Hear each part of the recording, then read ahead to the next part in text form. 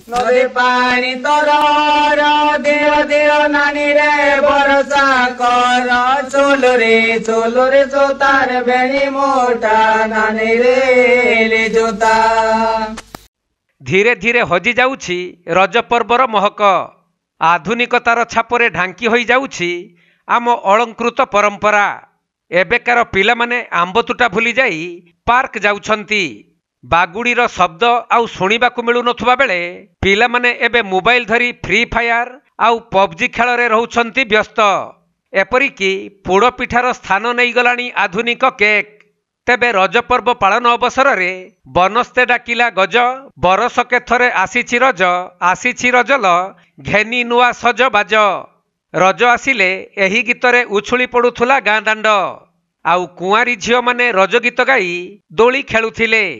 एपरिकी गाँ मुंड बरगछ आउ आंबतुटारे एकरु अधिक रज दोली झुलुथिला एवं रजपान पुड़ पिठा खाई आबाल वृद्ध बनिता हस खुशी मशगुल हेउथिले। एथि सहित गाँ मझिरे तास माड़ सांगकु बेस जमुथिला लडू खेल आउ कबाड़ी। किंतु एबे कां भां सेपरी देखिबाकु मिलुथुबा बेले आधुनिकतार छापरे रज महक मौलिबारे लागुछि। तेबे रज पर्व केवल चित्त विनोदनकारी पर्व नुहे।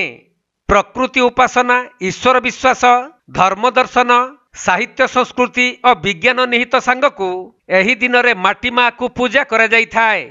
एथि सहित स्वास्थ्य संस्कृति और परंपरा प्राचीनता ठारू आरंभ करी आधुनिकतार यात्रा पर्यंत होइछि अनेक परिवर्तन। आधुनिक जीवन शैली ढांचारे मनीष भूली जाउछि तार परंपरा को। हुएत एही पल्ली और कृषि भित्तिक पर्व को कण ठेसा करने आरंभ करिछि आधुनिक जीवन शैली। तथापि भी एही पर्वर स्वतंत्रता कौठी ना कौठी लुचि रहिछि।